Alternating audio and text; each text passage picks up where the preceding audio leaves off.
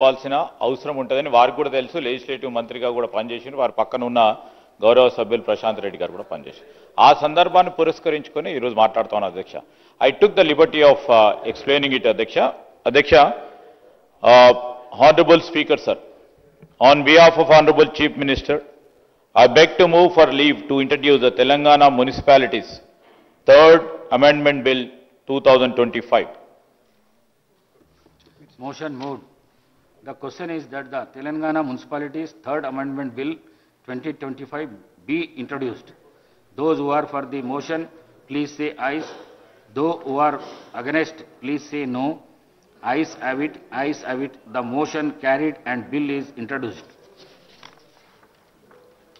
I request the Minister for Legislative to move the motion for taking into consideration of the Telangana Municipalities Third Amendment Bill 2025.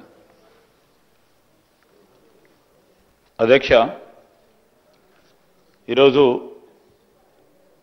Telangana పురపాలిక చట్టం 2019 యొక్క నిబంధనలు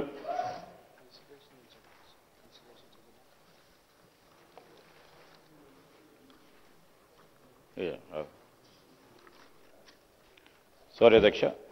Honorable Speaker, sir, I beg to move for taking into consideration of the Telangana Municipalities Third Amendment Bill. Motion moved. Now, discussion on consideration of the bill.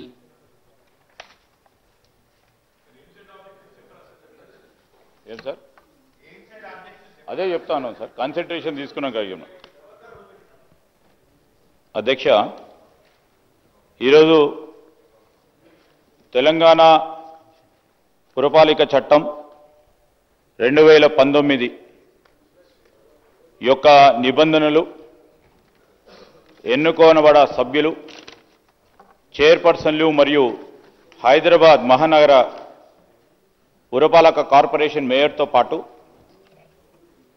సహ mayor పదవుల్లో schedule కులాలు, schedule జాతులు మరియు వెనుకబడిన తరగతుల సీట్లను ప్రత్యేకించుటకు, అట్టి సీట్లలో 3వ వంతు మహిళలకు ప్రత్యేకించుటకు పొందుపరచబడిన అధ్యక్ష.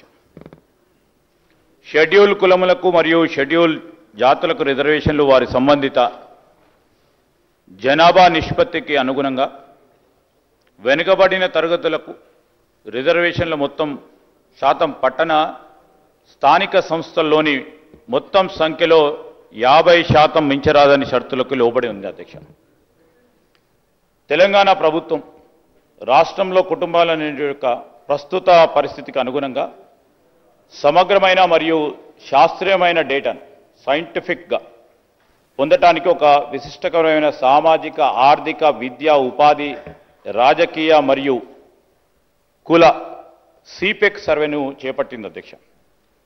తర్వాత 2024 నవంబర్లో ప్రభుత్వం స్థానిక సంస్థల వారీగా కేటాయింపబడే రిజర్వేషన్ల నిష్పత్తిని వివరంగా తెలియజేయడానికి వెనుకబడిన తరగతుల పౌరుల వెనుకబాటుతనం యొక్క స్వభావం మరియు వారి ప్రత్యేకించి స్థానిక సంస్థల్లో వారి ప్రాతినిధ్యం గురించి సమకాలీనమైన, ఖచ్చితమైన నిర్ధారించి విచారణ చేయటకు ఒక ప్రత్యేక కమిషన్ను కూడా ఏర్పాటు చేసింది అధ్యక్ష. ఇంకనూ ప్రభుత్వం ఇతర విషయాలకు సంబంధించి సామాజిక, విద్య మరియు ఆర్థిక వెనుకబాటుతనం గురించి, అదేవిధంగా సరైన ప్రాతినిధ్యం లేకపోవటం ప్రతిపాదికగా చేసుకొని స్థానిక సంస్థల్లో వెనుకబడిన తరగతులకు రిజర్వేషన్లకు సిఫార్సు చేయడానికి 2024లో చేసిన సామాజిక, ఆర్థిక, విద్య, ఉపాధి, రాజకీయ మరియు సిపెక్ సర్వేతో పాటుగా ఇతర సంబంధిత సామగ్రి నుండి వచ్చిన డేటాను అధ్యయనం చేసి మరియు లోతుగా విశ్లేషణ చేసి ఏకసభ్య కమిషన్ ఏర్పాటు చేయడం జరిగింది అధ్యక్ష. మరి కమిషన్ నిర్ధారిత పూర్వకమైన సాక్ష్యం విశ్లేషిస్తూ రాష్ట్రంలోని మొత్తం సామాజిక, ఆర్థిక పరిస్థితుల్లో పోలిస్తే వెనుకబడిన తరగతుల వెనుకబాటుతనం ఇంకా కొనసాగుతుందని తెలుపుతూ తన నివేదికను 2025 మార్చిలో సమర్పించింది.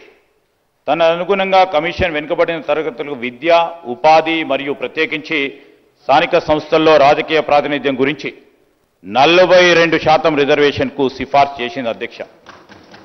ప్రభుత్వం పై పేర్కొన్న నివేదికను మరియు సిఫార్సులను వెనుకబడిన తరగతుల పౌరుల జనాభాను దృష్టిలో ఉంచుకొని మరియు వారి జనాభా నిష్పత్తికి అనుగుణంగా సరైన ప్రాతినిధ్యం లేకపోవటం వాటినన్నిటిని కూడా జాగ్రత్తగా పరిశీలించిన తర్వాత స్థానిక సంస్థల్లో ప్రస్తుతం ఉన్న రిజర్వేషన్లను వాటి స్థాయిని పెంచడానికి అవసరమని ప్రభుత్వం నిర్ణయించింది అధ్యక్ష.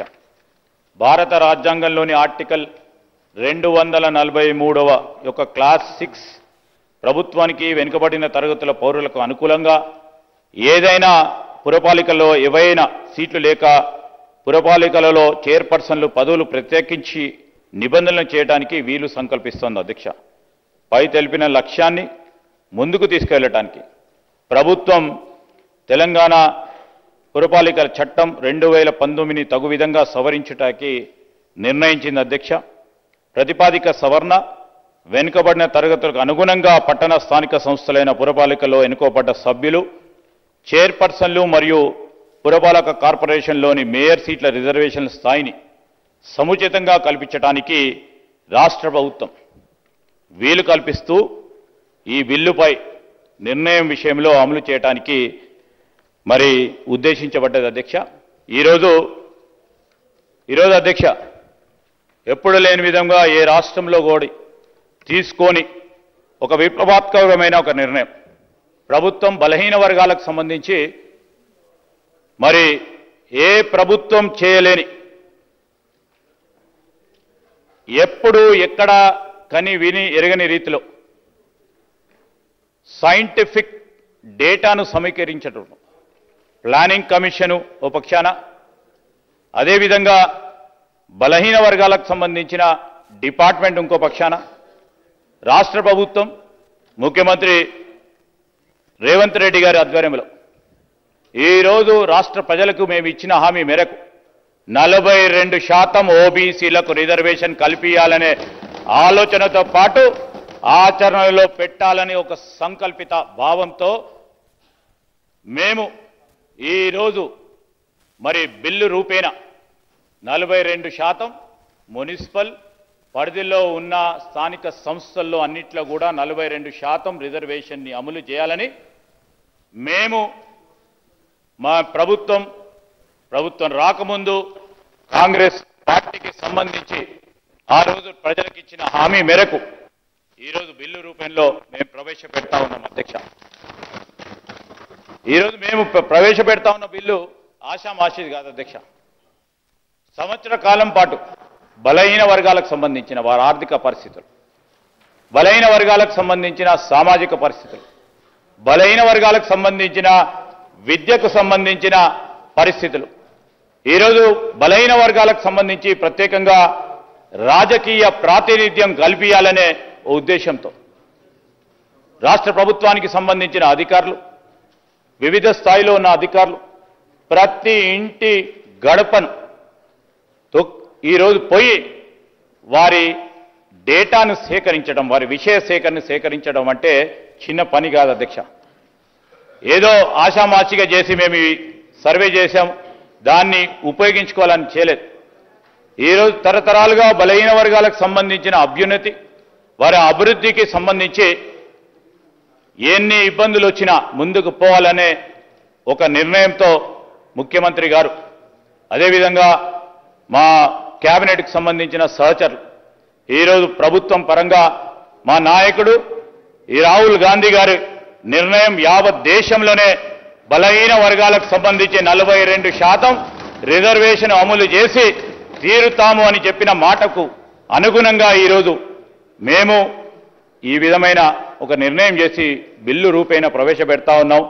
అందరూ కూడా బలహీన వర్గాలకు సంబంధించిన అభ్యున్నతిని కోరుతారని ఆకాంక్షిస్తా ఉన్నాం. బలహీన వర్గాలకు రాజకీయంగా, విద్యపరంగా, ఉద్యోగపరంగా ఈరోజు వారందరూ కూడా మాతో కలిసి వస్తారని మేము ఇంతపూర్వకం కూడా ఈరోజు ఓబీసీ రిజర్వేషన్లకు సంబంధించి పటిష్టంగా కూడా ప్రతి సభ్యుడికి ఆలోచనలు తీసుకోవాలని, వారి ఒపీనియన్ తీసుకోవాలని ఈరోజు ఒక డెమోక్రటిక్ ప్రాసెస్ ద్వారానే మరి మేము చట్టాన్ని చేయడానికి ఆలోచన చేస్తా ఉన్నాం. దీంట్లో అందరూ కూడా సహకరించాలని మరి మన అందరి బాధ్యతలో భాగంగా బలహీన వర్గాలకు రిజర్వేషన్లు కల్పిస్తూ రాబోయే కాలంలో వారి అభ్యున్నతికి మనమందరం కూడా కారకులు కావాలని ఈరోజు మీ అందరిని కూడా కోరుతూ మరి గౌరవ సభ్యులందరూ ఇచ్చే ఇంకేమైనా సూచనలు ఉంటే వారి సూచనలు ఇంతకుముందు కూడా తీసుకోవడం జరిగింది. ఈరోజు బిల్లు రూపేణ పెడతా ఉన్న సందర్భంలో ఇంకేదైనా వారి సూచనలు ఉంటే తప్పకుండా ఆలోచన చేస్తాం ప్రభుత్వ పరంగాని మీ ద్వారా వారికి తెలియజేస్తూ